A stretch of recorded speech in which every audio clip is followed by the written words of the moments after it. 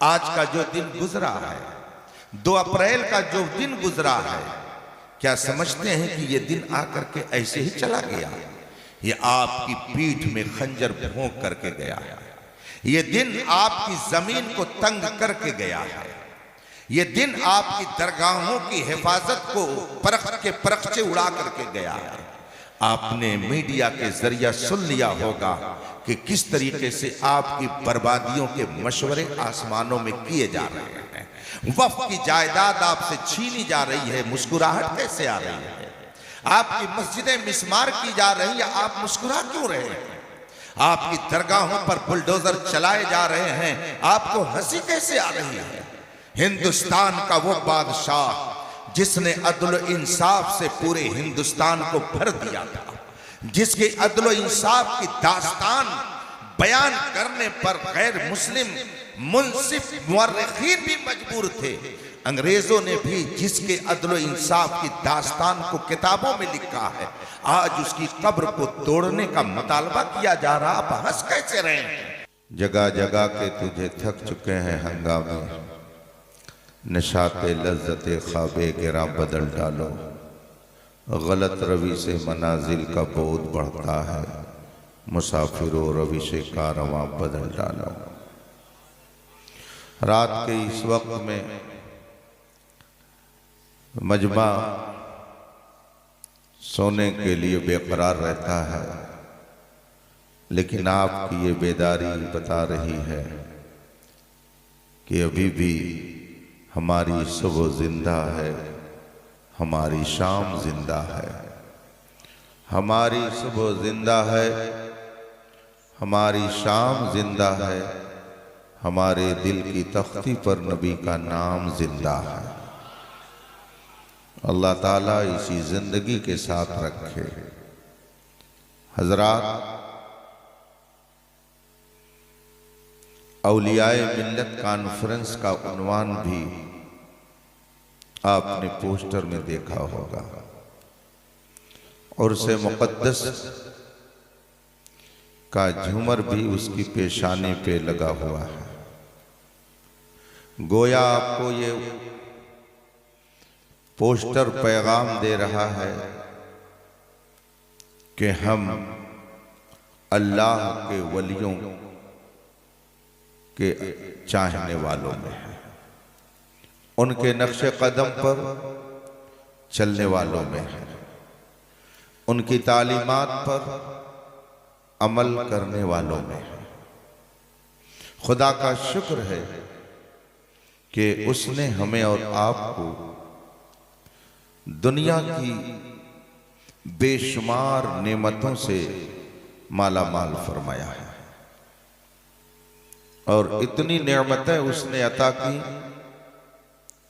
कि खुद उसका फरमान है,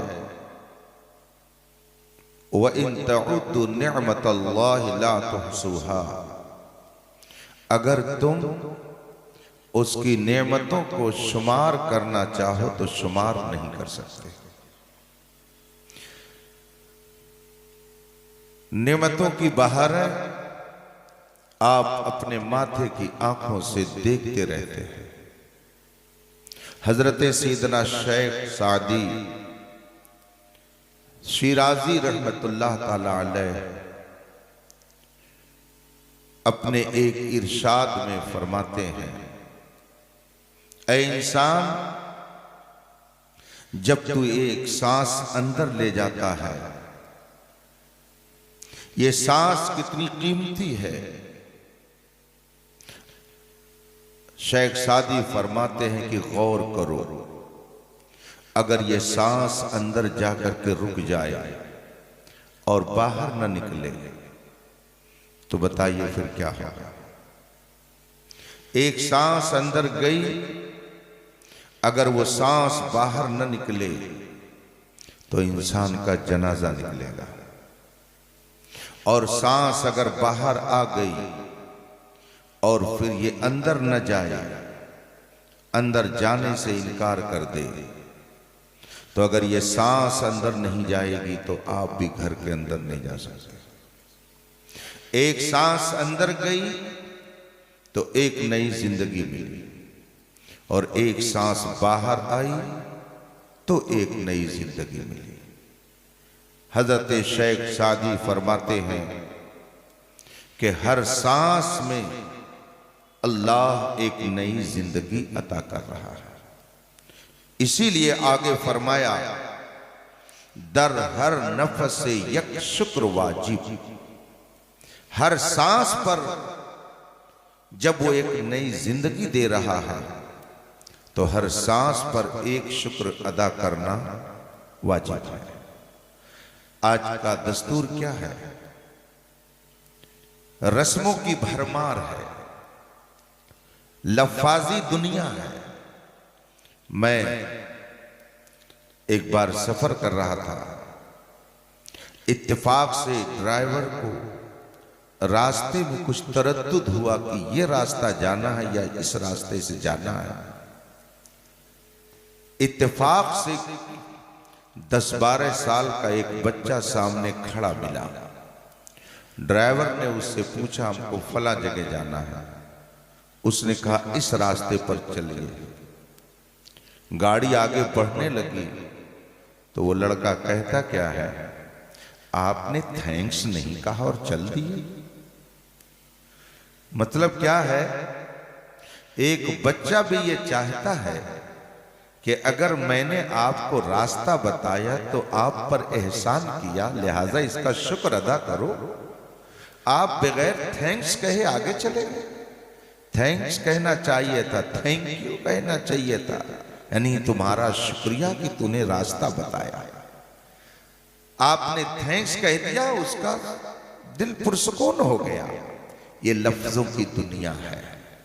हर बात पर थैंक्स कहना एक मिजाज बन गया। धक्का मार करके सॉरी कह दीजिए, सारी खताएं माफ। ये दुनिया समझ रही है। किसी ने आपके साथ कोई एहसान किया, आप थैंक्स कह दीजिए, ये बात खत्म। जब एक मामूली बच्चा आपको सिर्फ रास्ता बताने की बुनियाद पर चाहता है कि मेरा शुक्रिया अदा किया जाए, तो जिस खालिक व मालिक ने आपको हजारों नेमतों से नवाजा है, क्या उसका शुक्र अदा करना ये इंसान के ऊपर लाजिम नहीं है? दर हर नफ्स यक शुक्र वाजिब। हर सांस पर एक शुक्र अदा करना वाजिब है। हजरत शेख सादी ने फरमाया, और अगर आप इस तरह से शुक्र अदा करते रहें तो जितनी सांस उतनी मर्तबा सजदे और रुकू में जाना पड़ेगा। मगर उसका करम देखिए, उसकी मेहरबानी देखिए, उसकी रहमत देखिए कि वो आपको हमेशा सजदे में पड़ा रहने का हुक्म नहीं देता, हरदम आपको नमाज पढ़ने का हुक्म नहीं देता। अक्ल ये चाहती है कि जब हरदम वो हमको नेमत दे रहा है तो हरदम हमें उसका शुक्र अदा करना चाहिए। मगर उसका करम है कि उसने हरदम हमें शुक्र अदा करने के लिए सजदे में पड़े रहने का हुक्म नहीं दिया। हजरत शेख सादी शिराजी ने हमको ये मिजाज दिया कि अगर उसने तुम्हें जिंदगी दी है तो अगर हरदम सजदे में नहीं पड़े रहते हो तो कम से कम जितनी बार उसने हुक्म दिया है उतनी बार तो सजदे में पड़े रहो। जिस तरह से उसने शुक्र अदा करने का हुक्म दिया है उस तरह से तो उसकी नेमतों का शुक्र अदा करो। कुरान करीम में फरमाया गया, लइन शकरतुम लअज़ीदन्नकुम, अगर तुम शुक्र अदा करोगे, मेरी नेमतों का शुक्राना पेश करोगे, लअज़ीदन्नकुम, तो मैं तुम्हारी नेमतों में और इजाफा करूंगा। और अगर तुमने मेरा शुक्र अदा करना छोड़ दिया तो फिर समझ लो मेरा अजाब बहुत सख्त है। आज हम और आप अजाब में गिरफ्तार हैं। खुशफहमी में मुब्तला मत रहिए। पहले आती थी हाले दिल पे हंसी, अब किसी बात पर नहीं आती। आज का जो दिन गुजरा है, 2 अप्रैल का जो दिन गुजरा है, क्या समझते हैं कि ये दिन आकर के ऐसे ही चला गया? ये आपकी पीठ में खंजर भोंक करके गया है। ये दिन आपकी जमीन को तंग करके गया है। ये दिन आपकी दरगाहों की हिफाजत को परख के परखचे उड़ा करके गया है। आपने मीडिया के जरिए सुन लिया होगा कि किस तरीके से आपकी बर्बादियों के मशवरे आसमानों में किए जा रहे हैं। वक्फ की जायदाद आपसे छीनी जा रही है, मुस्कुराहट कैसे आ रही है? आपकी मस्जिदें मिस्मार की जा रही है, आप मुस्कुरा क्यों रहे हैं? आपकी दरगाहों पर बुलडोजर चलाए जा रहे हैं, आपको हंसी कैसे आ रही है? हिंदुस्तान का वो बादशाह जिसने अदल इंसाफ से पूरे हिंदुस्तान को भर दिया था, जिसके अदल इंसाफ की दास्तान बयान करने पर गैर मुस्लिम मुंसिफ मुअर्रिखीन भी मजबूर थे, अंग्रेजों ने भी जिसके अदल इंसाफ की दास्तान को किताबों में लिखा है, आज उसकी कब्र को तोड़ने का मुतालबा किया जा रहा। आप हंस कैसे रहे हैं? आप अजाब में गिरफ्तार हैं। यह और बात है कि आदमी का जब एहसास मर जाता है तो उसके ऊपर चाहे बुलडोजर चलाया जाए या उसके ऊपर मिसाइल गिराई जाए, उसको कुछ एहसास नहीं होता है। इसीलिए शायर ने कहा था, जगह जगह के तुझे थक चुके हैं हंगामे, निशाते लज्जते ख्वाबे गिरा बदल डालो, गलत रवि से मनाजिल का बोध बढ़ता है, मुसाफिरों रविशे कारवां बदल डालो। आप ये समझते हैं शानदार इमारत आपने बना लिया तो आप कामयाब हो गए। आप ये समझते हैं कि अगर आप बेहतरीन इंजीनियर बन गए तो आप कामयाब हो गए। आप ये समझते हैं मैंने शानदार डिग्री हासिल कर ली, डॉक्टरी की, तो मैं कामयाब हो गया। आप ये समझते हैं कि अगर कोई बेहतरीन आलिम बन गया तो वो कामयाब हो गया। आप ये तस्वुर करते हैं मेरा बेटा शानदार हाफिज बन गया, ये कामयाब हो गया। आप ये समझते हैं मैं शेख तरीकत बन गया, मैं कामयाब हो गया। याद रखिएगा, मंजिल अलग है, निशाने मंजिल अलग है, दोनों में फर्क होता है। मिसाल के तौर पर मुझे अभी यहाँ से सफर करके गोरखपुर होते हुए अपने शहर खलीलाबाद पहुँचना है और उसके बाद फिर मुझे कल आगे का सफर करना है। जब मैं यहाँ से सफर शुरू करूंगा, कुछ दूर जाने के बाद एक पत्थर मिलेगा, उस पर लिखा होगा गोरखपुर 200 इतने किलोमीटर। जो ही मैंने देखा कि गोरखपुर लिखा हुआ है, ड्राइवर से मैंने कहा कि गाड़ी रोक दो, गोरखपुर आ गया। कहेगा हजरत गोरखपुर अभी नहीं आया है। मैं अगर कहूं कि देखो गोरखपुर लिखा हुआ है, गाड़ी रोक दो, उसने गाड़ी मेरे कहने पर रोक दी और मैं उतर गया। बताइए मंजिल पर पहुंच जाऊंगा? मंजिल पर मेरी पहुंच हो जाएगी, रसाई हो गई मंजिल तक? आप कहेंगे कि नहीं, ये मंजिल नहीं है। फिर क्या है? वहां तो लिखा हुआ है गोरखपुर। लेकिन आप कहेंगे हजरत इसलिए आप मंजिल पर नहीं पहुंचेंगे कि ये पत्थर मंजिल नहीं है, ये निशाने मंजिल है। मंजिल कोई और चीज है, ये निशाने मंजिल है, ये निशान है। ये बता रहा है कि अभी आपको इतनी दूरी और सफर करना है। मंजिल और है, निशाने मंजिल और है। ये दरगाह ये मंजिल नहीं है, ये निशाने मंजिल है। ये मदरसा ये मंजिल नहीं है, ये निशाने मंजिल है। ये डिग्री ये मंजिल नहीं है, ये निशाने मंजिल है। ये रोजा ये मंजिल नहीं है, ये निशाने मंजिल है। नमाज ये मंजिल नहीं है, ये निशाने मंजिल है। ये बड़ी बड़ी इमारतें ये मंजिल नहीं है, ये निशाने मंजिल है। आपने निशाने मंजिल को मंजिल समझ लिया, आपने शानदार मकान बना लिया, तो आप समझते हैं कि मैं मंजिल पर पहुंच गया। आप आलिम बन गए, बेहतरीन मुफ्ती बन गए, शानदार खतीब बन गए, बेहतरीन हाफिज बन गए, उम्दा इंजीनियर बन गए, आला किस्म के डॉक्टर बन गए, तो आप समझते हैं मैंने मंजिल पा लिया। इसीलिए तो भूल भुलैया में पड़ गए। आपने निशाने मंजिल को मंजिल समझ लिया, इसीलिए आप भटक गए। ये सब मंजिल है नहीं है, ये सब निशाने मंजिल है। मंजिल क्या है? मंजिल क्या चीज है? तो याद रखिएगा, ये सारी चीजें निशाने मंजिल है। और मंजिल दर हकीकत दरबारे मुस्तफा है। मंजिल दर हकीकत मेरे मुस्तफा की इताअत है। इसीलिए डॉक्टर इकबाल ने कहा था, ब मुस्तफा बेरसा खेशरा के दी हमावूस, अगर बऊ नरसी दी तमाम बूलह भी, खुद को दरबारे मुस्तफा में पहुंचाओ। और अगर तुम वहां नहीं पहुंच सके तो चाहे तुम आसमानों में उड़ते रहो, तुम सब कुछ हो सकते हो, मगर मंजिल तक पहुंचने वाले कभी नहीं। नारे तकबीर, नारे रिसालत, मसलके आला हजरत, फैजाने सरकार सुल्तानी शरीफ, उर्से अलाई हुजूर मुफ्ती अख्तर हुसैन साहब अली। निशान मंजिल अलग है, मंजिल अलग है।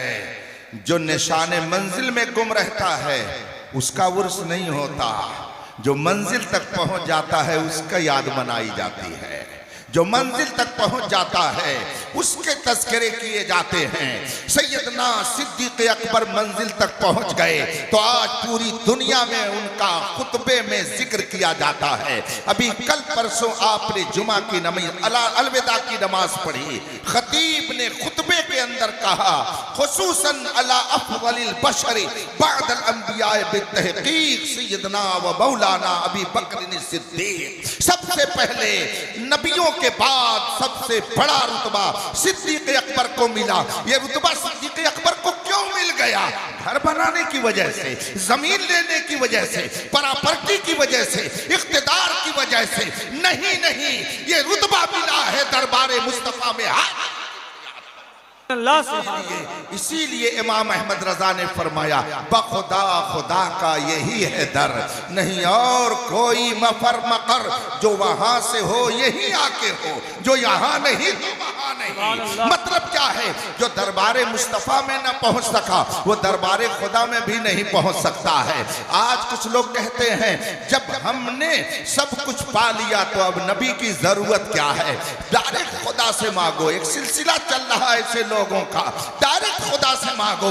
मैं कहता हूं जिंदगी भर कहते रहिए ला इलाहा इल्लल्लाह, ला इलाहा इल्लल्लाह।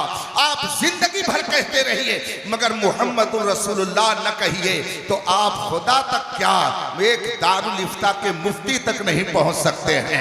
इसलिए कि कोई मुफ्ती भी नहीं कहेगा कि आप मुसलमान हो। आपके मोमिन होने के लिए कोई मुफ्ती भी फतवा नहीं दे सकता है। गोया खुदा तक पहुंचने के लिए दरबारे मुस्तफा तक पहुंचना जरूरी है, और जो दरबारे मुस्तफा तक नहीं पहुंचेगा वो कभी भी खुदा तक नहीं। सुभान अल्लाह। कुछ लोग समझते हैं ये मक्का शरीफ के हैं, ये मदीना शरीफ के हैं, ये फला जगह के हैं। हमारे यहाँ तो इसका तस्वुर बाद में दिया जाता है। अभी कुछ रोज पहले एक जगह ऐसे ही मसला पेश आ गया तो एक साहब ने कहा हजरत ये फला शरीफ से आए हुए हैं, उनके खिलाफ कैसे आप गुफ्तगू करेंगे, जरा लिहाज करना पड़ेगा। मैंने कहा कि तुमने इस्लाम की तारीख नहीं पढ़ी है। इस्लाम की अगर तारीख तुमने पढ़ी होती तो ऐसा जुमला नहीं बोलते। अल्हम्दुलिल्लाह हम तो रसूल पाक के ऐसे शहदाइयों में हैं कि अगर कोई मक्का शरीफ से आए, कोई मदीना शरीफ से आए मगर मोहम्मदी बन करके ना आए तो वो सब कुछ हो सकता है मगर हमारा नहीं हो सकता है। मक्का शरीफ से कोई आता है लेकिन अगर अपने आप को वहाबी कहता है तो हम उसको इज्जत देने के लिए नहीं तैयार हैं। किसी खानकाह दरसगाह से कोई आए अगर मुस्तफा का मुखालिफ है तो वो सब कुछ हो सकता है मगर हमारे लिए काबिल एहतराम नहीं। जो मुस्तफा का है वो हमारा है, जो मुस्तफा का नहीं वो हमारा। नारे तकबीर, नारे रिसालत, औलियाए मिल्लत कॉन्फ्रेंस, उर्से अलाई। अल्लाह के रसूल सल्लल्लाहु अलैहि वसल्लम ने जिन पाकीज़ा तालीमात को हम तक पहुंचाया, मैंने अपने तौर पर जो समझा है थोड़ी देर में मैं आपके सामने उसमें से कुछ बातें अर्ज करके आपसे रुखसत हो जाऊंगा। देखिए अभी आप अंदर दाखिल हुए, गेट के पास दरख्त लगा हुआ है। उस दरख्त के अंदर 3 चीजें हैं। आप उन 3 चीजों पे गौर कर लें और इस्लाम की पाकीज़ा तालीमात में उन 3 चीजों पर नजर डालें तो इंशाअल्लाह आपको बहुत कुछ समझने में आसानी होगी। दरख्त है, दरख्त के अंदर 3 चीजें होती हैं। एक है उसकी जड़, दूसरी है उसकी शाखें और तीसरी चीज है कि अगर मदरसे का चपरासी होगा, वॉचमैन होगा, बागबान होगा, माली होगा तो कभी कभी उस दरख्त की कुछ शाखों को काट छांट करके सही करता होगा। आपने पार्कों में देखा होगा, देखते ही रहते हैं। आजकल हम लोग पार्क ही तो देखते हैं, और क्या देखते हैं। न हम तारीख देखते हैं, न कुरान देखते हैं, न हदीस देखते हैं, न उलमा के दरबार को देखते हैं। बस हम तो तफरीहों में लगे हुए हैं। आपने देखा होगा पार्कों में जो छोटे छोटे फूल लगे होते हैं, पेड़ लगे होते हैं, उसको माली बागबान काटता है, काट छांट करके उसको सही करता है। इस काटने छांटने की बुनियाद पर वो खूबसूरत लगता है। इसको अरबी में तहजीब कहा जाता है। 3 चीज दरख्तों में आपको मिलेंगी, एक उसकी जड़, दूसरी उसकी शाखें, और तीसरी चीज है वक्तन फौक्तन उसको काट छांट करके सही करना। ये 3 बातें दरख्तों में आप देखेंगे। उसके नीचे की जो चीज है उसको आप जड़ कहते हैं। ये कोई ऐसी बात नहीं है कि जिसको समझाने के लिए ज्यादा मेहनत करनी पड़े। उसकी जड़ जमीन के अंदर छुपी हुई है, शाखें उसकी डालियां दिख रही हैं। अगर शाखों को तोड़ दिया जाए और जड़ मौजूद हो तो फिर उम्मीद है कि दोबारा इसमें फूल पत्ती लग जाएगी, हरियाली आ जाएगी। लेकिन अगर कोई जड़ को काट दे, जड़ को नीचे से सुखा दे, हर रोज उसके अंदर गर्म पानी डालता रहे और आहिस्ता आहिस्ता जड़ खत्म हो जाए, तो जितनी शाखें दिख रही हैं एक दिन वो सब सूख जाएंगी, और जितनी पत्तियां दिख रही हैं वो सब टूट करके जमीन पर आ जाएंगी। इससे क्या समझा आपने कि अगर जड़ मौजूद है तो शाखें हरी भरी हैं, और अगर जड़ मौजूद नहीं है तो शाखें सब सूख करके फूल पत्ती देना बंद कर देंगी। ये 2 चीज हुई। और तीसरी चीज है उसको वक्तन फौक्तन काट छाट करके सही करना, जिसको आराइशो ज़ेबाइश और संवारना कहा जाता है, अरबी में जिसको तहजीब कहा जाता है। इस्लाम ने अपने मानने वालों को जो हुक्म दिया है वो इन्हीं तीनों में मुनहसिर है। एक है बुनियाद, एक है अमल जिसको आप शाख कह लीजिए, एक है तहजीब तमद्दुन। अकीदा जो आदमी के दिल के अंदर होता है, हाथ और पैर में अकीदा नहीं होता, अकीदा दिलो दिमाग में होता है। ये छुपा हुआ होता है। जिस तरीके से दरख्त की जड़ छुपी होती है और उसकी शाखें दिखती हैं, ऐसे ही अकीदा दिलो दिमाग में छुपा हुआ होता है। और शाखों की तरह आप समझ लीजिए आमाल को। अकीदा अलग है जैसे जड़ अलग है, शाखें अलग हैं जैसे अमल अलग है। एक है अकीदा, एक है अमल। अगर आदमी का अकीदा सही नहीं है तो उसके आमाल लाख बज़ाहिर बेहतर हों, लेकिन मैदान महशर में सब सूखी हुई डालियों की तरह होंगे। उसमें कोई फूल पत्ती खुशबू नहीं आएगी, सारे पत्ते झड़ करके जमीन पर आ जाएंगे। कुरान करीम ने इसका नक्शा खींचा है और फरमाया है वह अमिलना व कदिमना इला मा अमिलू फजअलना हबअम मंसूरा। इन कुफ्फार ने जितने काम किए और जो कुछ इन्होंने अच्छे अमाल किए, अपने तौर पर ये सोचते थे कि हमने बहुत अच्छा अमल किया, लेकिन हमने सबको हवा मंसूरा कर दिया। यानी रेत के बारीक बारीक जर्रे जो हवा में उड़ गए और उनका कोई वजूद नहीं रह गया। ऐसे ही जिसका अकीदा दुरुस्त नहीं होगा वो लाख अच्छे आमाल का जखीरा जमा करने की कोशिश करे, मगर ये सब के सब बर्बाद हो जाएंगे। इसका मतलब है कि इस्लाम के नजदीक अकीदा असल है, ये जड़ और बुनियाद है। जब तक अकीदा सही रहेगा अमाल फूल पत्ती की तरह खुशबू देते रहेंगे, और अगर अकीदा गड़बड़ हो गया तो जिस तरह से जड़ अगर खत्म हो जाए तो दरख्त की शाखें सूख करके पत्ते उसके नीचे गिर जाएंगे, इसी तरीके से इंसान का अमल है। इसका मतलब है कि इंसान को पहले अपने अकीदे की दुरुस्तगी के लिए तवज्जो करना जरूरी है। अकीदे के बाद फिर अच्छे आमाल का नंबर आता है। रोजा है, हज है, ज़कात है, नमाज है, अल्लाह के रास्ते में अपने आप को पेश करना है, ये सब अमल है। नमाज अकीदा नहीं है, रोजा अकीदा नहीं है, हज अकीदा नहीं है, बल्कि वो एक अमल है। अकीदा कोई और चीज है, अकीदा अलग है, अमल अलग है। आमाले सालिहा जो आप करते हैं इनको आमाल से आप ताबीर करते हैं। ये शाखें हैं, ये ब्रांच है, ये डालियां हैं। अकीदा अलग, अकीदा दुरुस्त तो आपके आमाल करामत, और अगर अकीदा गड़बड़ तो जितने आमाल हैं वो सब के सब बर्बाद। अकीदा और अमल के बाद तहजीब का नंबर आता है, यानी एक इंसान को मुआशरे में कैसे रहा जाता है, अपनों से कैसे बात की जाती है, गैरों से कैसे गुफ्तगू की जाएगी, आप पहनेंगे कैसा, आप रहेंगे किस तरह से, आपका बाल कैसा होना चाहिए, आपकी दाढ़ी कैसी होनी चाहिए, आपका कुर्ता पाजामा कैसा होना चाहिए, आपका लिबास कैसा होना चाहिए, आपके घर का रहन सहन कैसा होना चाहिए, इसको तहजीब कहा जाता है। आपकी बोली कैसी होनी चाहिए। आदमी जो ही बोलता है फौरन समझ में आ जाएगा सामने वाले को कि ये बेपढ़ा लिखा है, ये पढ़ा लिखा है। आदमी ने जो ही गुफ्तगू शुरू की सामने वाला समझ जाएगा कि ये मुहज्जब है कि गैर मुहज्जब है। मैं अपने यूपी के अंदाज में दो तरीके से बोलता हूं, आप खुद ही समझ जाएंगे कि इन दोनों तरीकों में कितना फर्क है। मिसाल के तौर पर अगर मुझे बस से सफर करना हो और मैं बस में बैठा और मैंने कंडक्टर से कहा, ए कंडक्टर तनी टिकट एठो बनाई दो, ये हमारी यूपी की बोली हो गई। सुनने वाले सुन लेंगे और समझ जाएंगे कि मौलवी साहब पढ़े लिखे कम है। अगर ये पढ़े लिखे होते तो दूसरे ढंग से बोलते। इतने में एक शख्स आया, उसने कहा, कंडक्टर साहब जरा टिकट बनाइए।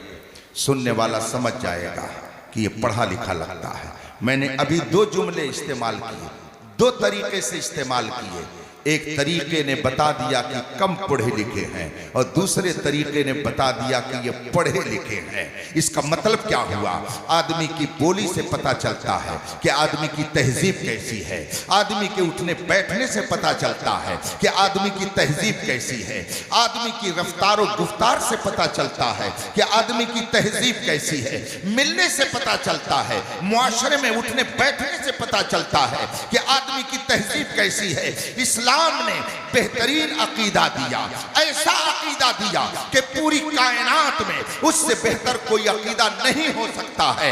इस्लाम ने वो अकीदा दिया कि जिस अकीदे की बुनियाद पर हमने इंसानियत के जौहर को पहचान लिया। ये एक सजदा जिसे तू गिरा समझता है, 1000 सजदों से देता है आदमी को निजात। ये अकीदा इस्लाम ने दिया कि एक खुदा को मानो। आज तो बहुत से वेल अप टू डेट पढ़े लिखे डॉक्टर इंजीनियर कहने वाले आते हैं वीडियो पर, आते हैं वो फेसबुक पर, आते हैं व्हाट्सएप के जरिया और उनका तारुफ कराया जाता है। ये कौन है? ये एक्स मुस्लिम है, यानी ये पहले मुसलमान थे, अब मुसलमान नहीं रह गए। नाम मुसलमानों जैसा और नौजवानों के ऊपर असर डालने के लिए उनको एक्स मुस्लिम कहला करके उनका तारुफ कराया जाता है और फिर बताया जाता है कि ये मुसलमान थे मगर अब इन्होंने इस्लाम छोड़ दिया। इसका मतलब क्या है? यानी इस्लाम सच्चा मजहब होता तो ये डॉक्टर साहब क्यों इस्लाम को छोड़ते, ये इंजीनियर साहब क्यों इस्लाम को छोड़ते। इस तरह से न जाने कितने नौजवान सुबह से शाम तक या तो बदअकीदा हो जा रहे हैं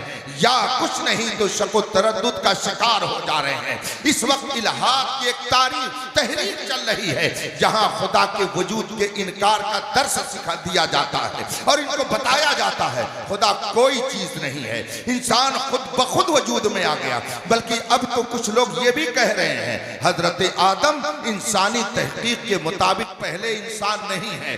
कुरान ने गलत कहा है, पैगंबर इस्लाम ने गलत बताया है। आप कहते हैं मदरसों की जरूरत क्या है, आप कहते हैं उलमा की जरूरत क्या है। मुझे बताइए, जब इस्लाम पर इस तरीके के एतराज होने लगे और हो रहे हैं तो इनका जवाब कौन देता है? कौन इनका जवाब देगा? इसके जवाब के लिए कौन मैदान में आता है? आज दुनिया में हजारों मसाइल पैदा हो रहे हैं। इन मसाइल को हल करने के लिए कौन टीम बैठती है? कौन लोग हैं जो जायज और नाजायज का फर्क बताकर किताब और सुन्नत की रोशनी में आपकी रहनुमाई करते हैं? इस वक्त इस तरह से इस्तिराब और बेचैनी की एक लहर दौड़ रही है कि कोई मुसलमान कहलाने के बावजूद खुदा के वजूद का इनकार करता है, कोई रसूल पाक पर तबर्रा करता है, कोई कहता है हम न सुन्नी न वहाबी, हम तो मुस्लिम है किताबी। वो किताबी मुसलमान अपने आप को बताने के लिए बेचैन नजर आता है। है, कोई हजरत आयशा सिद्दीका पर तबर्रा कर रहा है, कोई उमर फारूक आजम पर तबर्रा कर रहा है। ये सारी तहरीकें इस वक्त पूरी दुनिया में चल रही हैं ताकि उम्मत मुस्लिमा के अकीदे को बर्बाद कर दिया जाए। इसीलिए इमाम अहमद रजा ने आज से तकरीबन 150 साल पहले फरमाया था, सूना जंगल रात अंधेरी छाई बदली काली है, सोने वालों जागते रहियो, चोरों की आंख से काजल साफ चुरा ले, या वो चोर बला के हैं। अगर आपने इन मदरसों को बाकी नहीं रखा, अगर आपने इन उलमा से अपना राबता नहीं रखा, तो मैं जो हालात देख रहा हूं, आने वाली नस्लों के अंदर न ईमान रह जाएगा न इस्लाम रह जाएगा। जिस तेजी से इल्हाद और बेदीनी को फैलाया जा रहा है, अगर आपने अपने बच्चों को इस्लाम के बुनियादी अकायद नहीं सिखाए, इनके अकीदों को आपने मजबूत नहीं किया, इनको सही अमाल की तालीम नहीं दी, तो आप देखिएगा आपके मरने के बाद आपकी कब्र पर कोई फातिहा पढ़ने वाला भी नहीं मिलेगा। किस ख्याल में है आप? दुनिया कहां जा रही है? किस तरह से आपको बर्बादियों के दहाने पर ले जा रही है कि अगर आपने इन उलमा और इन मदारिस की तरफ तवज्जो नहीं की और आपने अपने अकीदे की हिफाजत के लिए बंदोबस्त नहीं किया, तो आने वाले वक्तों में खुद आपका भी ईमान महफूज रहेगा या नहीं रहेगा, यह नहीं कहा जा सकता। अभी रमजान शरीफ से पहले इत्तेफाक से मैंने सफर शुरू किया, मौलाना वक़ार आजम साहब मिलने के लिए भेजे। इसी मुजफ्फरपुर के कस्बे में मैं आया हुआ था। 24 फरवरी से लेकर मैंने तकरीबन 17 मार्च तक हिंदुस्तान के मुख्तलिफ सूबों का सफर किया। आपके बिहार, बंगाल, उड़ीसा, छत्तीसगढ़, केरला, कर्नाटक, गुजरात, महाराष्ट्र, राजस्थान, इतने सूबों का सफर किया। और जहां मैं गया मैंने लोगों से वहां की जरूरतों के बारे में गुफ्तगू की। उनसे पूछा आपके यहाँ के मजहबी हालात कैसे हैं, आपका मुआशरा कैसा है, आपके यहाँ नौजवानों की हालत क्या है। तो एक बीमारी का तज़किरा सब ने किया, सब ने एक बीमारी के बारे में बताया। हजरत नौजवानों में नशा का बहुत ज्यादा चलन हो रहा है, लोगों के अंदर बुराइयां बड़ी तेजी से फैल रही हैं और बहुत ज्यादा हमारा नौजवान इस्लामी अकीदे से दूर होता जा रहा है। इनके अंदर इस्लामी तहजीब, इस्लामी सकाफत, इस्लामी कल्चर नहीं होने आपने पा रहा है। ये इस्लामी अकीदे से दूर, इस्लामी अमाल से दूर, इस्लामी तहजीब व तमद्दुन से दूर, ये सब तरफ के हालात ये ऐसे ही नहीं बने हैं, इस्लाम दुश्मन ताकतों ने ये हालात बनाए हैं। इसी सफर में मुझे एक साहब मिले जिनका ताल्लुक एक बहुत मशहूर पार्टी से है। उन्होंने मुझसे कहा हजरत, अगर आप हजरात ने तवज्जो नहीं दी और लोगों को आपने इस्लाम से मजबूती से नहीं जोड़ा, मदारी से इनका ताल्लुक अगर मजबूत नहीं रहा, तो आने वाली नस्लों का ईमान सलामत नहीं रह सकता है। मुझे इस मौके पर एक बुजुर्ग का वाकया याद आता है। शुएबुल औलिया हजरत सूफी यार अली शाह रहमतुल्लाह ताला अलैह का नाम आपने सुना होगा। ये बराव शरीफ इदारे के पानी दारुल उलूम फैजुर रसूल इनका इदारा है। उनका बहुत मशहूर वाकया हजरत सुल्तानुल वाइज़ीन अल्लामा अब्दुल मुस्तफ़ा आज़मी रहमतुल्लाह ताला अलैह ने एक किताब में तहरीर फरमाया है। वो फरमाते हैं कि हुजूर शुएबुल औलिया के ज़ुहद व तक़वा का बड़ा तज़किरा मैंने सुना था। यह आज से तकरीबन 60-70 साल पहले की बात है। उस वक्त अल्लामा अब्दुल मुस्तफ़ा आज़मी रहमतुल्लाह अलैह भिमंडी महाराष्ट्र में एक इदारे के अंदर तदरीसी खिदमात अंजाम दे रहे थे। वो लिखते हैं, मैंने सुना कि शुएबुल औलिया कुर्ला बॉम्बे में आए हुए हैं। मेरी ख्वाहिश थी कि मैं उनका दीदार करूं। अपने चंद साथियों के साथ मैं बॉम्बे कुर्ला पहुंचा और जब मैंने साहिब खाना के घर हाजिरी दी तो साहिब खाना ने बताया कि हजरत की तबीयत अलील है, आराम फरमा रहे हैं, नींद में हैं। अभी जब वो बेदार होंगे तब मैं आपकी मुलाकात करा सकता हूं। हजरत अल्लामा अब्दुल मुस्तफ़ा आज़मी इंतजार करते रहे और फिर जब शुएबुल औलिया बेदार हुए, साहिब खाना ने हजरत से मुलाकात कराने के लिए आजमी साहब से कहा तशरीफ ले चलिए। हजरत अंदर गए। खुद लिखते हैं सुल्तानुल वाइज़ीन अल्लामा अब्दुल मुस्तफ़ा आज़मी रहमतुल्लाह अलैह कि जब मैं घर में गया तो मैंने देखा हजरत शुएबुल औलिया बिस्तर पर लेटे हुए थे, मगर जो ही उन्होंने मुझे देखा तो वो खड़े होने लगे। मैंने कहा हजरत आपकी तबीयत अलील है, आप लेटे रहिए, हम यूं ही आपसे मुसाफा कर लेंगे। मगर शुएबुल औलिया ने फरमाया नहीं मौलाना, मैं आपसे खड़े होकर के मुसाफा करूंगा। कहा हुजूर आप अलील हैं, लेटे रहिए, बैठ करके मुसाफा कर लीजिए। कहा नहीं, मैं खड़े होकर के मुसाफा करूंगा।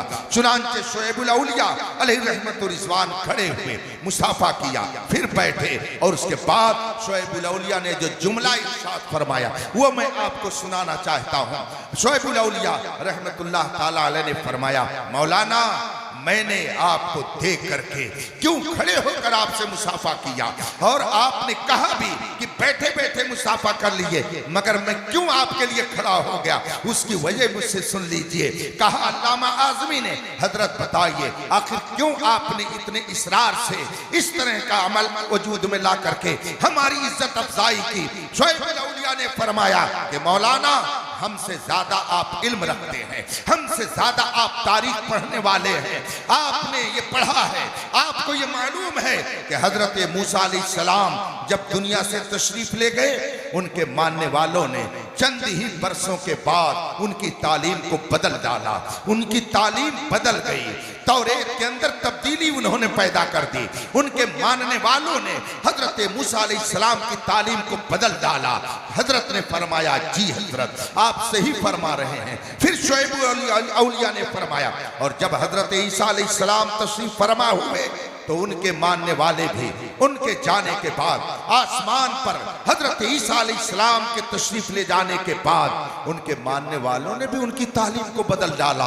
कहा हाँ हजरत ये भी सही है। कहा हजरत मूसा गए, उनके मानने वालों ने उनकी तालीम को बदल डाला। हजरत ईसा आसमान पर गए, उनके मानने वालों ने उनकी तालीम को बदल डाला।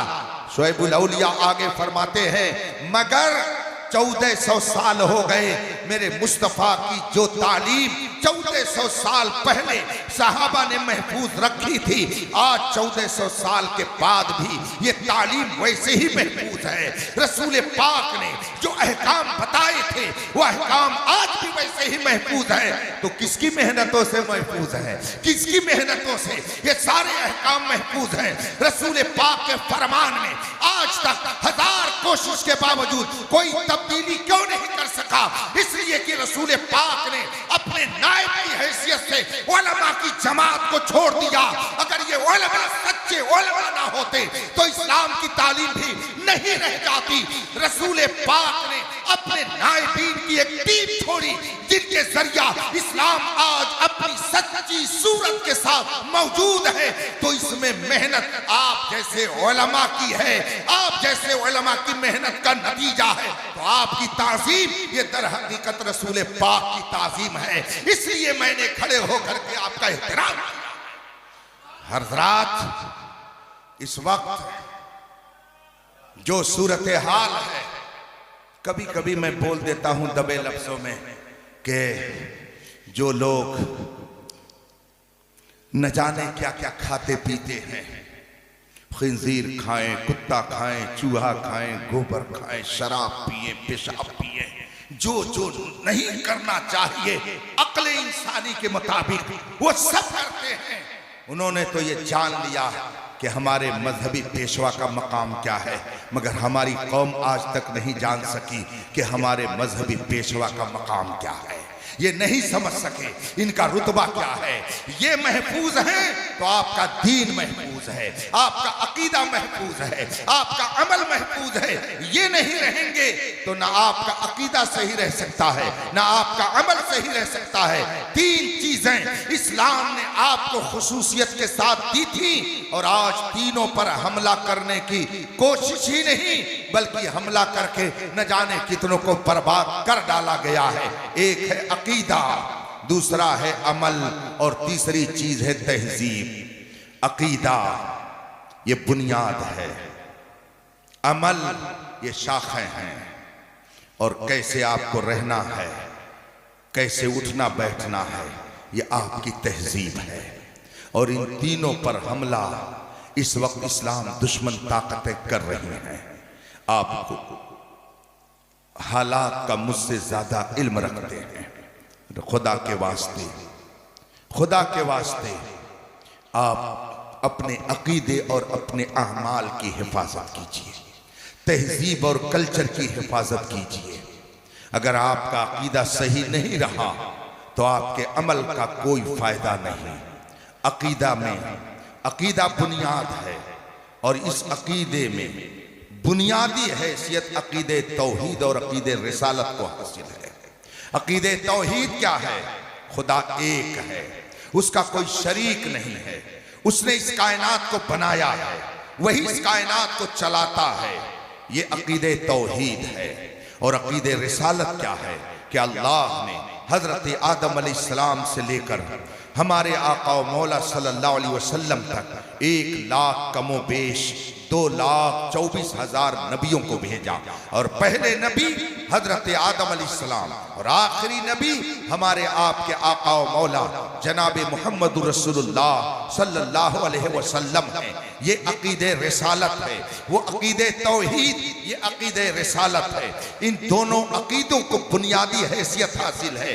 और इस्लाम दुश्मन ताकतें चाहती हैं कि इन दोनों अकीदों को बर्बाद कर दिया जाए। चुनांचे इस वक्त आज आप देख रहे हैं कि न जाने कैसे कैसे अंदाज से अकीदे तौहीद को बर्बाद किया जा रहा है। आपको ये पढ़ाया जाता है, आपको ये बताया जाता है कि अगर आप उनकी तरह भी कुछ काम कर लेंगे तो आपस में मेल मोहब्बत बढ़ेगी, यकजहती का मुजाहरा होगा, इत्तेहाद बाकी रहेगा। मुझसे एक डॉक्टर साहब ने बताया कि हजरत, मैंने अपने घर के एक फर्द का एक कॉलेज में दाखिला करा दिया, एडमिशन हो गया। मैंने कहा बड़ी अच्छी बात है। कहा वो डॉक्टरी पढ़ने के लिए तैयार, तो मैंने उसी लाइन में उसको डाल दिया। मैंने कहा बहुत अच्छी बात है। 1 महीने के बाद उनका मेरे पास फोन आया और उन्होंने मुझसे कहा कि हजरत, उसने फोन करके मुझे आजिज कर दिया कि अब्बू मुझको यहाँ से निकालिए, मैं यहाँ नहीं पढ़ने को, मैं यहाँ किसी हालत में पढ़ने के लिए तैयार नहीं हूँ। डॉक्टर साहब ने मुझसे बताया कि मैं मजबूर होकर गया और मैं वहां से लेकर के आ गया। मैंने पूछा बेटे बात क्या थी, क्यों तुमने इस तरह से इनकार किया? तो उसने जवाब दिया, अब्बू बात यह है कि आपने मुझको दीन की तालीम दी है, आपने मुझको मजहबी माहौल में रखा है, लेकिन जब मैं वहां पढ़ने के लिए गया तो मैंने ये देखा कि क्लासरूम में जब जाया जाता है तो वो यहाँ वहां पर कदे आदम के बराबर एक मुजस्समा रखा हुआ है और जो क्लास में जाएगा उसे उस मुजस्समे को हाथ जोड़ करके सलामी पेश करके ही अंदर जाना है। चूंकि मैंने मजहबी माहौल में आंखें खोली है, आपने मुझे दीन पढ़ाया है, आपने मुझे अकीदे तौहीद बताया है कि खुदा के अलावा किसी मुजस्समे के सामने हाथ नहीं जोड़ा जा सकता। इसलिए मैंने जब ये मंजर देखा कि जिस बच्चे को क्लास में एंट्री लेनी है तो उसे मुजस्समे के सामने नतमस्तक होना है, इसलिए मैंने तहैया कर लिया कि मेरा जाहिल रहना अच्छा है मगर बेईमान बनना मुझे गवारा नहीं है। इसलिए मैंने आपसे कहा कि मुझे यहाँ से ले चलिए। ये मैं एक कॉलेज की बात बता रहा हूँ, न जाने कितनी जगह पर ऐसा होता है।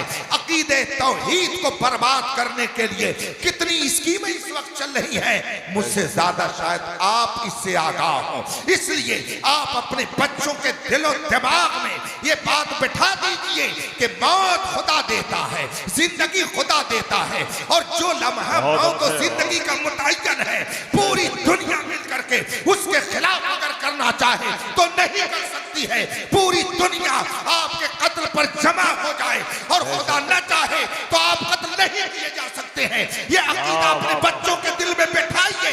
जब ऐसा अकीदा उनका रहेगा तो वो कहेंगे हर जफा हर सितम गवारा है। या रसूल अल्लाह इतना कह दे कि तू हमारा। माशाअल्लाह, नारे तकबीर, नारे रिसालत, मसलके आला हजरत उर्से आलाई चकना शरीफ, हुजूर मुनाजिर अहले सुन्नत हजरत अल्लामा मुफ्ती सही बात यह है अलीमी कि अभी हमने ईमान को सही ढंग से समझाइए।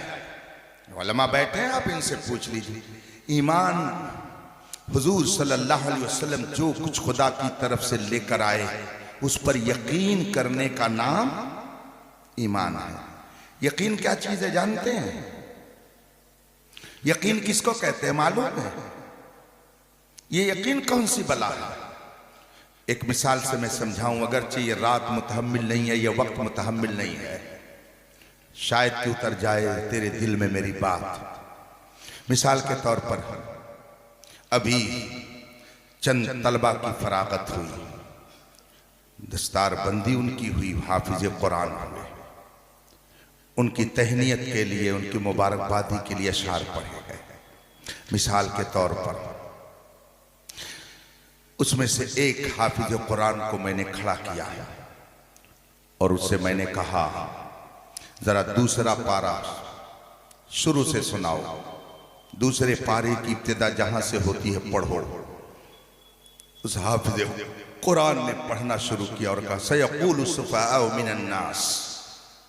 एक आयत पढ़ी, मैंने उसको डांटा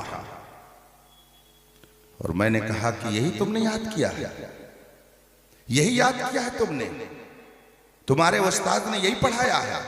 मैं दूसरे पारे की इब्तिदा से पढ़ने के लिए कह रहा हूं। अब वो सोच में पड़ गया, सोच में पड़ गया। थोड़ी देर के बाद लड़खड़ाई जबान से कहता है सयक़ूलु सुफ़हाउ मिनन नास। मैंने फिर डांटा, अब वो सोच में पड़ गया, बोल ही नहीं पा रहा। एक तालिब इल्म ये है और इत्तेफाक से एक दूसरे हाफिज कुरान को भी बुलाया जिसकी दस्तार हुई। मैंने उससे कहा जरा दूसरे पारे को शुरू से सुनाओ, दूसरे पारे की इब्तिदा जहां से होती है उसे पढ़ो। उसने कहा बिस्मिल्लाहिर्रहमानिर्रहीम सयक़ूलु सुफ़हाउ मिनन नास मा वल्लाहु अन क़िबलतिहिम अल्लती कानू अलैहा। मैंने कहा यही याद किया है, तुम्हारे उस्ताद ने यही तुमको पढ़ाया है, आज इसी चीज की दस्तार बंदी हो रही है। उसने कहा हुजूर आप खतीब हैं ठीक है, मुनाजिर हैं ठीक है, हमारे यहाँ आप किताबत के लिए आए हैं ठीक है, लेकिन हुजूर जो मैंने पढ़ा है सही पढ़ा है। मैंने उसको डांटा, कहा हुजूर डांटिए नहीं, मार भी लीजिए, मगर जो मैं पढ़ रहा हूं वही सही है, यही सही है। डांटा मगर वो कह रहा है दूसरे पारे की इब्तिदा यही से है, सयक़ूलु सुफ़हाउ, यही से दूसरे पारे की इब्तिदा है। फिर मैंने डांटा, कहता हजरत पूरी दुनिया के हाफिज एक तरफ हो जाएं, लेकिन जो मैं कह रहा हूं वही सही है। बताइए दोनों हाफिजों के इल्म में फर्क हुआ कि नहीं फर्क हुआ? फर्क हुआ। पहले का इल्म कच्चा है और दूसरे का इल्म पक्का है। इस्लाम आपसे पक्का इल्म चाहता है, आपसे इस्लाम इस बात का मुतालबा करता है खुदा एक है, तो आप तलवारों के साए में रहें तब भी कहे खुदा एक है। जब ये मंजिल आएगी तब कहा जाएगा कि अल्लाह ने आपको यकीन की दौलत अता फरमा दी है। आप ख्वाब में रहें, सोते रहें और आपसे कोई पूछे आपके नबी की शान क्या है, तो ख्वाब में सोते हुए भी कह दें कि आप मेरे नबी की शान पूछते हो। अल्लाह की सरताबा कदम शान है ये, इंसान ही इंसान, वही इंसान है ये। कुरान तो ईमान बताता है इन्हें, ईमान ये कहता है मेरी जान। ख्वाब में भी कोई आपसे पूछे आपके नबी का इल्म कैसा, तो आप ख्वाब में भी कह दीजिए और कोई गैब क्या, तुमसे नेहा हो भला, जब ना खुदा ही छुपा तुम पे करो। जब ये मंजिल आएगी, जब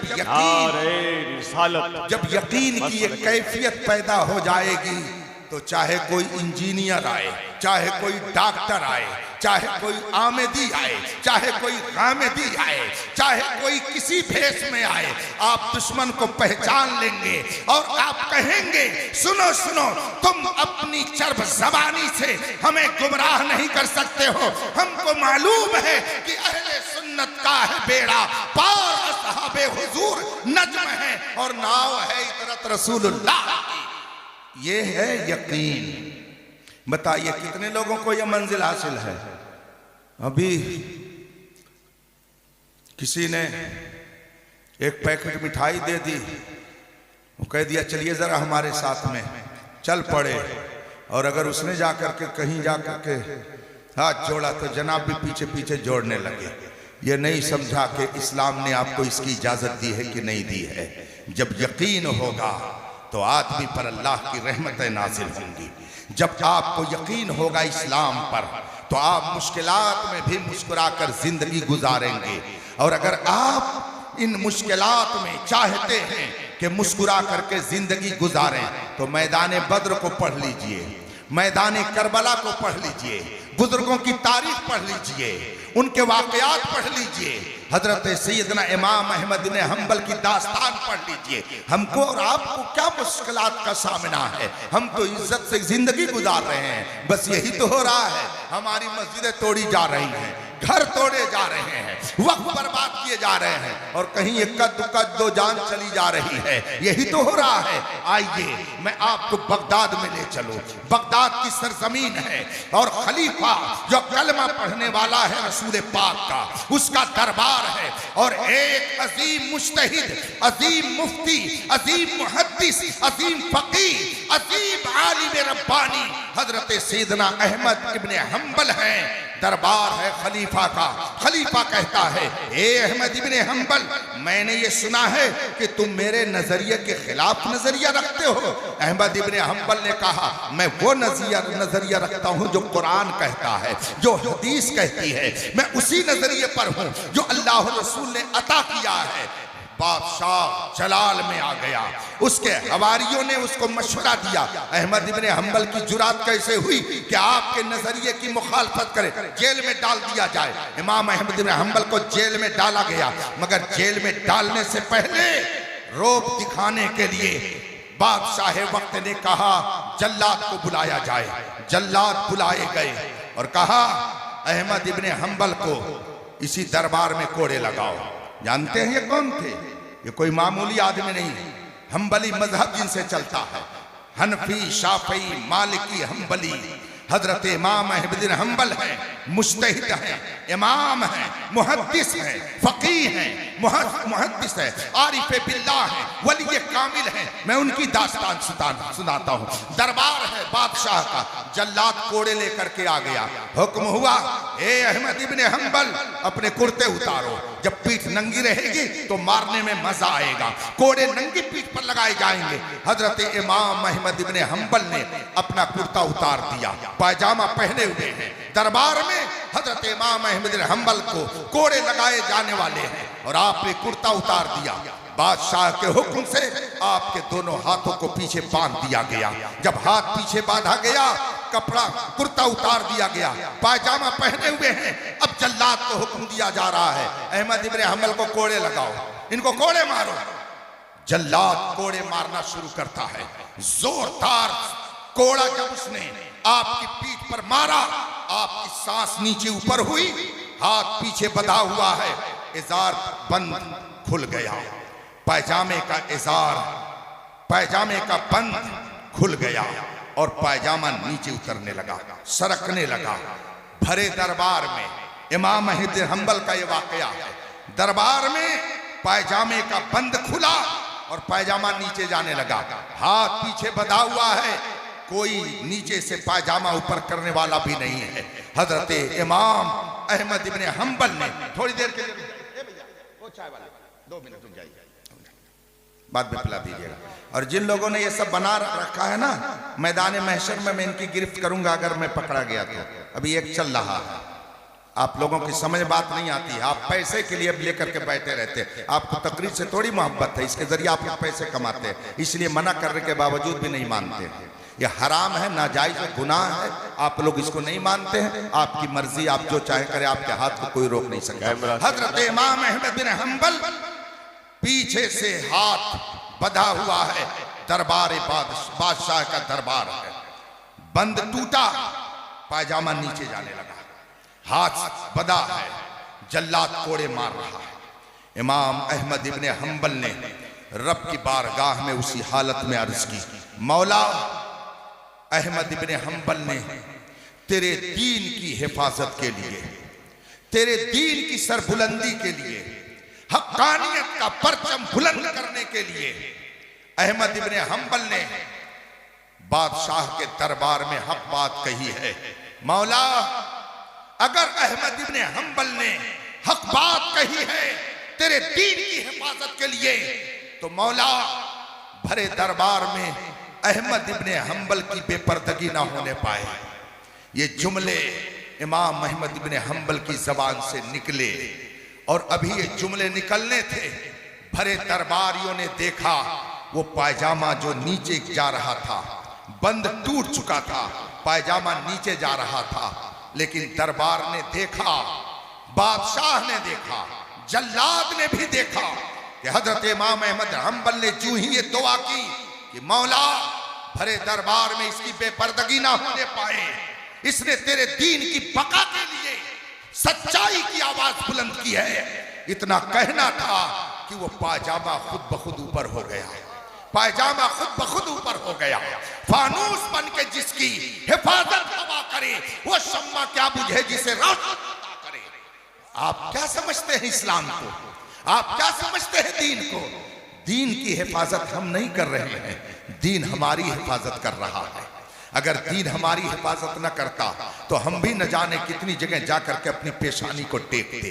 अगर दीन हमारी हिफाजत न करता तो हम भी कुत्ता खाते, बिल्ली खाते, सुअर खाते, चूहा खाते, सांप खाते, न जाने कौन कौन सी चीजें खाते। मगर इस्लाम ने हमारी हिफाजत की और हमारी ग़िज़ा को पाकीज़ा ग़िज़ा मुतय्यन कर दिया। कुरान फरमाता है अत्तय्यबातु लित्तय्यबीन, पाकों के लिए पाकीज़ा चीजें हैं। अल्हम्दुलिल्लाह हमारा अकीदा पाकीज़ा, तो रब ने हमें ग़िज़ा भी पाकीज़ा अता फरमाई। और कुरान कहता है अल खबीसातु लिल खबीसीन, नापाकों के लिए नापाक, तो जिनका अकीदा नापाक उनके लिए ग़िज़ा भी नापाक है। खुदा ने हमें प्यारा अकीदा दे करके हराम और नजिस ग़िज़ाओं से हमारी हिफाजत फरमा दी।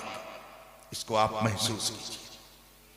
और आपको रहना कैसे है, इसको तहजीब कहते हैं। इसके लिए किताबें दुनिया भर की लिखी जा चुकी हैं, आप पढ़िए। हजरात अब जरा करीब आ जाइए। ये तीन चीजें मैंने बताई, एक है अकीदा, एक है अमल, एक है तहजीब। अकीदा बुनियाद है, उसके बाद अमल है, फिर आपकी तहजीब है। अगर आपने इन तीनों की हिफाजत कर ली और रसूल पाक के फरमान के मुताबिक अकीदा शानदार रखा, अमल बेहतरीन रखा, तहजीब आपने उम्दा इख्तियार की, तो कुरान का फरमान क्या है? वमन युतिइल्लाह व रसूलह फक़द फ़ाज़ फ़ौज़न अज़ीमा, जिसने अल्लाह और रसूल की फरमा बरदारी की वो एक क्लास का कामयाब इंसान हो गया। एक क्लास का कामयाब इंसान वही है जिसने अल्लाह और रसूल की इताअत व फरमा बरदारी की। ये मैं नहीं कहता, ये कुरान कहता है। अब मुझे आप बताइए, अल्लाह की इताअत आप कब करेंगे? रसूल पाक की फरमा बरदारी आप कब करेंगे? सच्चा अकीदा आप कैसे रखेंगे? अच्छी तहजीब आपके अंदर कैसे आएगी जब आपको पता ही नहीं रहेगा सही अकीदा क्या है, आपको पता ही नहीं रहेगा सही अमल क्या है? आज जाइए जुमा में, जुमा के दिन आप देखिए मस्जिद में अगर 200 नमाजी हैं, मैं ये तो नहीं कहता कि आपके यहाँ भी ऐसे ही होगा, मगर बहुत सारी मस्जिदों में मैंने देखा है। आप मस्जिदों में जाके देखिए, अगर 200 नमाजी हैं तो उसमें 100 नमाजी तो ऐसे होंगे कि कानून के मुताबिक जिनकी नमाजें नहीं होती होंगी।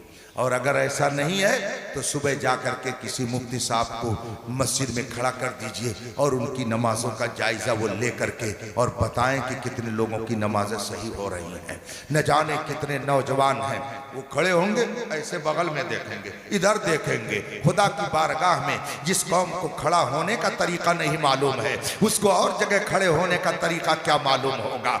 नमाज में कितने लोग हैं कि जब सजदे में जाते हैं किसी का पैर उठा होता है, किसी का पैर खड़ा रहता है। ये तरबियत गाह नहीं है, वरना मैं अमल करके बताता। अगर किसी ने सजदा किया और उसका पैर ऐसे ही लगा रहा तो पूछ लीजिए उलमा से, सजदा नहीं होता है। और किसी ने खड़ा कर दिया, ऐसे खड़ा रखा, तब भी सजदा नहीं होता है। सजदे के लिए जरूरी है कि कम से कम उसका एक अंगूठा, और फिर वाजिब 2 और उंगलियां हैं। एक अंगूठा का लगना फर्ज है और 2 उंगलियों का और लगा रहना वाजिब है। अगर इस तरह से आपका अंगूठा और 2 उंगलियां नहीं मुड़ी हैं तो आपका सजदा नहीं होगा। जब सजदा नहीं होगा तो नमाज नहीं होगी। आपने मसला भी सुन लिया तो मैं आपकी बात नहीं करता, लेकिन किसी मस्जिद में जा करके देख लीजिएगा, बूढ़े हो गए हैं, नमाज पढ़ते पढ़ते बुढ़ापा आ गया है, मगर सही ढंग से सजदा करने का तरीका नहीं मालूम है। न जाने कितने नौजवान ऐसे हैं कि जो जुमा में एक दिन हफ्ते में आते हैं, हाथ में कड़ा पहनने का भी एक रिवाज चला लिया है, बल्कि अब तो कानों में कुछ लोग बालियां लटकाए रहते हैं। कुछ गुनाह वो हैं कि जब तक आप करेंगे तब तक उसके गुनाह का मीटर चलेगा, लेकिन आपने अगर आंख बंद कर ली, आप सो गए तो गुनाह का मीटर रुक गया। मिसाल के तौर पर माअज़ल्लाह कोई फिल्म देख रहा था तो जब तक आंख खोले हुए है उसका गुनाह मिलेगा, आंख बंद कर लिया, सो गया, अब गुनाह नहीं मिलेगा, इसलिए कि अब गुनाह से रुक चुका है। लेकिन अगर किसी ने सोने की लाकिट गले में पहन रखी है, चांदी की लाकिट पहन रखी है, हाथ में कड़ा पहन रखा है, कानों में उसने बालियां डाल रखी है,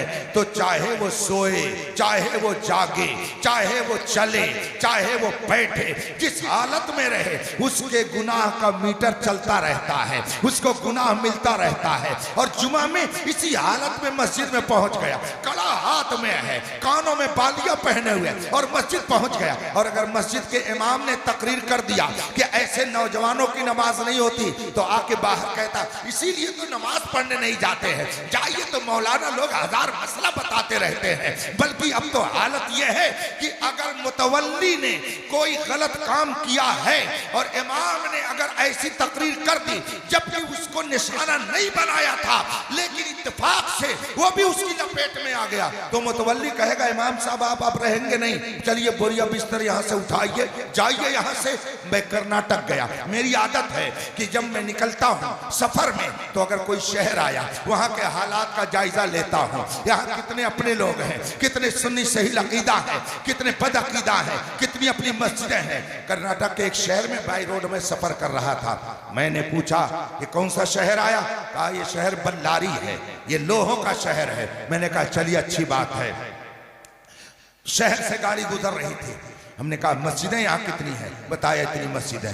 हमने कहा बड़ी मस्जिद? कहा एक मस्जिद बहुत बड़ी है, लेकिन हजरत इत्तेफाक है कि कोई इमाम 6 महीने से ज्यादा उसमें टिक नहीं पाता है, रुक नहीं पाता है। हमने कहा क्यों?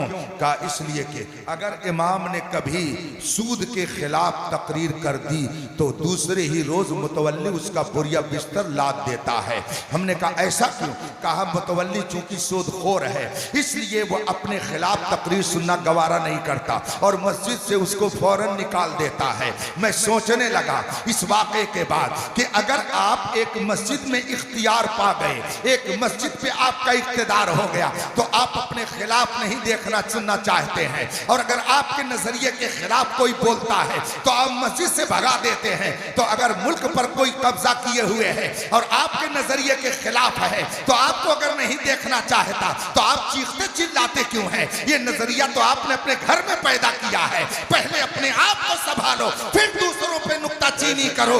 जगह जगह के तुझे थक चुके हैं हंगामे, निशाते लज्जते ख्वाबे गिरा बदल। हम देखते हैं बेचारा मुदर्रिस 6 महीना यहाँ पढ़ाया, और अगर सच्चाई पर कायम है, मैनेजर साहब ने कहा हजरत शाबान आ रहा है आप हिसाब कर लीजिएगा।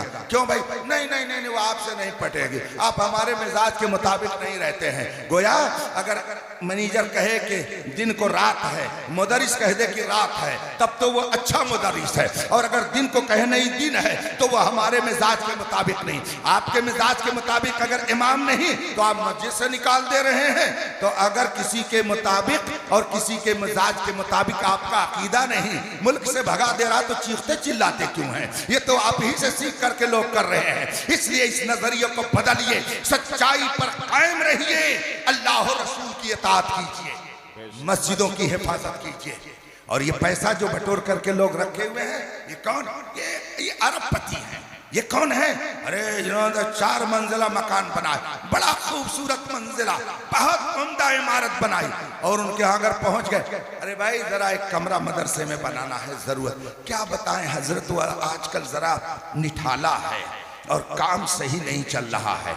हराम कारी में खर्च करने के लिए 1 लाख रुपया फौरन निकल जाता है, लेकिन जब दीन की बात आती है तो हमारा मुआशरा कहता है कि इस वक्त जरा कारोबार ठीक नहीं चल रहा है। मुझे रसूल पाक की हदीस याद आ गई, वो सुना करके मैं अपनी गुफ्तगू खत्म कर दूंगा। अल्लाह के रसूल सल्लल्लाहु अलैहि वसल्लम ने फरमाया, आदमी कहता मेरा माल मेरा माल मेरा माल। अल्लाह के रसूल फरमाते हैं तेरा माल सिर्फ वो है जो तूने खा लिया, और तेरा माल वो है जो तूने पहन लिया, और तेरा माल वो है जो तूने अल्लाह के रास्ते में दे दिया। बकिया तेरा माल नहीं है, तेरे बाद आने वालों का है, तेरे बेटों का है, तेरे वारिसों का है। अल्लाह के रसूल फरमाते हैं तेरा माल सिर्फ वही है जो तूने खा लिया, वो तेरा हो गया। हुजूर फरमाते हैं जो पहन लिया वो तेरा हो गया, और जो अल्लाह के रास्ते में दे दिया वो तेरा हो गया। बकिया तो तेरे वारिसों का है। और जो ये दिया उसके बारे में अल्लाह के रसूल क्या फरमाते हैं? हमारी और आपकी माँ, पूरी कायनात के मोमिनों की माँ उम्मुल मोमिनीन हजरत आयशा रज़ी अल्लाह ताला अन्हा से रिवायत है, वो फरमाती हैं कि अल्लाह के रसूल सल्लल्लाहु अलैहि वसल्लम के पास कहीं से तोहफे में गोश्त आया। अब तो गोश्त का नाम लेते हुए भी डर लगता है, इसलिए कि कह देंगे कि ये गाय का गोश्त है जिसका तस्करा कर रहे हैं। यहाँ तो बात करने को तरसती है ज़बान मेरी। अजब हाल बना रखा है लोगों ने। अल्लाह मुल्क के हालात को बेहतर बनाए। गोश्त कहीं से आया। हजरत आयशा रज़ी अल्लाह ताला अन्हा बयान करती हैं अल्लाह के रसूल ने वो मुझे गोश्त दे दिया। गोश्त ज़्यादा था, मैंने मोहल्ले में कुछ तकसीम कर दिया और थोड़ा सा घर के लिए रख लिया। अल्लाह के रसूल कहीं तशरीफ ले गए थे, फिर वापस आए और मुझसे मेरे आका ने पूछा आयशा गोश्त क्या हुआ? हजरत आयशा ने अर्ज किया रसूल अल्लाह सब खत्म हो गया, ये थोड़ा सा बाकी है। जो अपने लिए रखा था उसके बारे में कहा ये थोड़ा सा बाकी है, और जो मोहल्ले में तकसीम कर दिया था उसके बारे में उन्होंने अर्ज किया रसूल अल्लाह सब खत्म हो गया।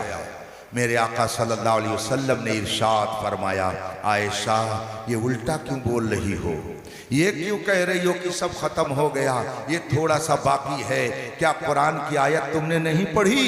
अल्लाह का इरशाद है वमा इंदकुम यनफद वमा इंदल्लाहि बाक़, जो तुमने अपने पास रखा ये खत्म हो जाएगा, और जो तुमने अल्लाह के लिए दे दिया वही बाकी रहने वाला है। जो तुमने दे दिया वही बाकी है, और जो अपने ऊपर खर्च कर रही हो ये खर्च हो जाएगा। इसलिए जो आप दीन के रास्ते में खर्च कर देंगे, ये इमारत, ये बिल्डिंग, ये इदारा, ये मस्जिद, ये दरसगाह, ये खानकाह, ये कब्रगाह, ये इबादतगाह हैं, ये ईदगाह हैं, ये सब दीन की निशानियां हैं। इन पर जो खर्च करेंगे इंशाअल्लाह इसका बेहतर सिला आप अपने माथे की आंखों से मैदान महशर में देखेंगे। यही आपको जन्नत में ले जाने वाले अच्छे आमाल होंगे। इसलिए रफीकान मोहतरम हालात बहुत गड़बड़ है, न जाने किस गली में जिंदगी की शाम हो जाए। हम तो घर से निकलते वजू करके निकलते कि रास्ते में क्या हो जाए कुछ पता नहीं। हरदम तैयार रहिए, और नौजवान ये ना सोचे कि अभी जवानी है। जवानों को अटैक कितने आ रहे हैं रोजाना, आप अखबार में पढ़ते रहते हैं। अब वो जमाना गया जब 70-80 साल तक लोग जीते थे। अब तो पता ये चला कि जवानी ही में मौत के घाट उतार दिए जा रहे हैं, और जवान ही ज्यादा निशाने पर हैं। इसलिए मैं नौजवानों से कहूंगा दुनिया के किसी गोशे में रहिए, कहीं रहिए, फख्र इस पर कीजिए कि हमारा रिश्ता गौसो ख्वाजा से मिलता है। फख्र इस पर कीजिए कि हमारे हाथों में इमाम आजम का दामन है। फख्र इस पर कीजिए कि हमारे हाथों में इमाम अहमद रजा का दामन है। पूरी दुनिया में जितनी कौमें हैं जितनी कौमें हैं, कौन सी ऐसी कौम है जिसके पास पैसा नहीं है? जरा बताइए तो। रिक्शावान, बल्कि और नीचे कोई हो। नोटबंदी के बाद पता चल गया कि सब लखपति हैं, लाख लाख रुपया रखे हुए थे। कौन सी कौम है जिसको अल्लाह ने पैसा नहीं दिया? इसलिए पैसे पे नाज मत कीजिए। कौन सी ऐसी कौम है जिसमें डॉक्टर नहीं है? कौन सी ऐसी कौम है जिसमें मास्टर नहीं है? कौन सी ऐसी कौम है जिसमें इंजीनियर नहीं है? कौन सी ऐसी कौम है जिसमें लॉयर नहीं है? बताइए जरा, कौन सी ऐसी कौम है जिसमें प्रोफेसर और टीचर नहीं है? अल्लाह ने हर कौम को पैसा दिया, हर कौम को प्रोफेसर दिया, हर कौम को टीचर दिया, हर कौम को इंजीनियर दिया। मगर बताइए गौसे आजम किसको दिया है? पूरी दुनिया में गौसे आजम किसी के पास नहीं है। गौसे आजम है तो हम मुसलमानों के पास है। पूरी दुनिया में किसी के पास ख्वाजा गरीब नवाज नहीं है। ख्वाजा गरीब नवाज है तो हमारे पास है। पूरी दुनिया में किसी के पास इमाम आजम नहीं है। इमाम आजम है तो हमारे पास है। बल्कि यूं मैं कहता हूं, पूरी दुनिया में किसी के पास अहमद रजा नहीं है। अहमद रजा अल्लाह ने दिया तो हम सुनिए। माशाअल्लाह, नारे तकबीर, नारे रिसालत, मसलके आला हजरत। आज के हालात को देख के तो मैं ये भी कह सकता हूं, पूरी दुनिया में किसी के पास ताजुल शरिया नहीं है। देख लीजिए, न जाने कितने डॉक्टर मरे, न जाने कितने मास्टर मरे, न जाने कितने अमीर मरे, न जाने कितने बैरिस्टर मरे, न जाने कितने वजीर मरे, न जाने कितने मिनिस्टर मरे, लेकिन एक मेरा ताजुल शरिया इस शान से गया। दुनिया ने देख लिया कि अगर दुनिया किसी के कदमों में आ सकती है तो वो है जो मुस्तफा का सच्चा आशिक। और उसने जाते जाते कह दिया, अख्तरे कादिरी खुल्द में चल दिया। खुल्द वाह है हर एक कादिरी के लिए। ये भी तो तालिबुल, अरे बालिए ना आगे, क्या है? उर्से तालिबुल, हाँ, कादरी सिलसिला है मुकद्दर मेरा, मुझको निस्बत ये अहमद रजा से मिली। ये कादरी सिलसिला वो प्यारा सिलसिला है कि गौसे आजम जिस पर करम कर दे तो आला हजरत ने फरमाया, रजा का खात्मा बिल खैर होगा, तेरी रहमत अगर शामिल है या गौस। गौसे आजम का हम पर साया है, इसलिए अल्हम्दुलिल्लाह हम इज्जत की जिंदगी गुजार रहे हैं। तालिबुल कादरी अलैहि रहमा आराम से कब्र में सो रहे हैं, इसलिए कि वो जानते थे कि जिंदगी में मुस्तफा की मोहब्बत का जाम पियो और पिलाते रहो। और अहमद रजा का ये शेर अपनी नजरों के सामने रखो कि खाक होकर इश्क में आराम से सोना मिला, जान की इक्सीर है उल्फत रसूलुल्लाह। उन्हें जाना, उन्हें माना, न रखा लिल्लाहिल हम्द में दुनिया से मुसलमान गया। ईमान की सलामती के साथ वो दुनिया से तशरीफ ले गए, आपकी खिदमत करते हुए गए, कौम की खिदमत करते हुए गए, कौम को कुछ देते हुए गए। इदारा उन्होंने दिया, आपको बेहतरीन अकीदा अता किया, आपको बुजुर्गों के दामन से वाबस्ता रखा। अभी आप नारा लगा रहे थे, फैजाने सरकारे सुरकाई ही, जवाब आ रहा था जिंदाबाद। आप इंसाफ से बताइएगा कि सरकारे सुरकाई ही का फैजान आपको किसके जरिया मिला? और आपने अपनी जबान पर सरकारे सुरकाही का फैजान अगर बोलना सीखा है तो किसकी मेहनतों का नतीजा है? आपको कहना पड़ेगा कि ये हमारे मोहसिन है, तालिबुल कादरी है, जिन्होंने जिंदगी में हमें बुजुर्गों की अकीदत।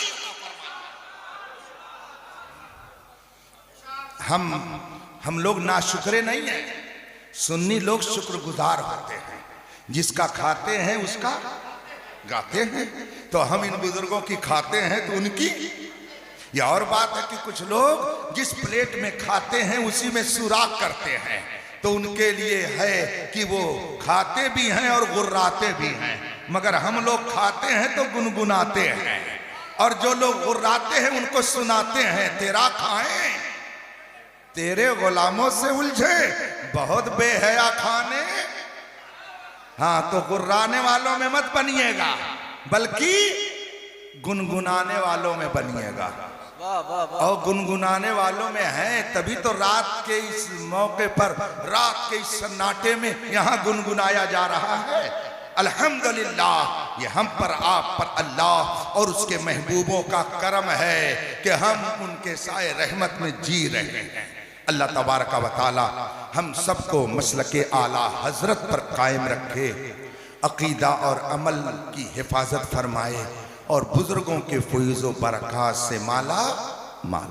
सुन्नी बन के रहिएगा, जान लीजिए। इधर उधर हुए तो ना हजरत का कुछ बिगड़ेगा ना हमारा कुछ बिगड़ेगा। हमारी अपनी जबान में इतनी पिटाई होगी ना कि दिमाग सही हो जाएगा।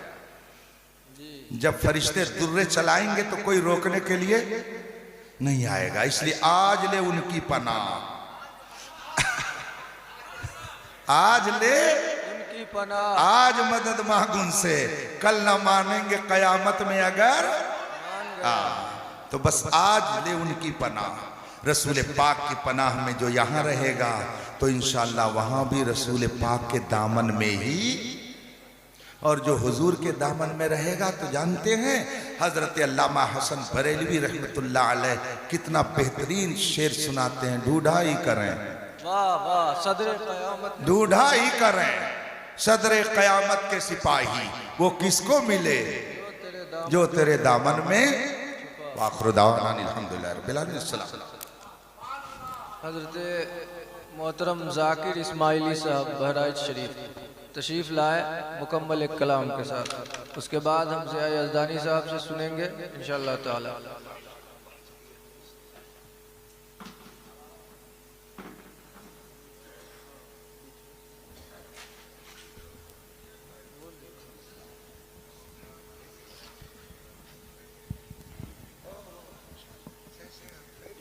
ये जो आपका सवाल आया है ये तहरीरी जवाब ही मुनासिब रहेगा, इसलिए कि लंबा सवाल है और दारुल इफ्ता का सवाल है। यहाँ पे जो सवाल है ये मसाइल के ताल्लुक़ से आप पूछें तो इंशाअल्लाह उसका बाज़ाब्ता मुख्तसरन जवाब दिया जा सकता है।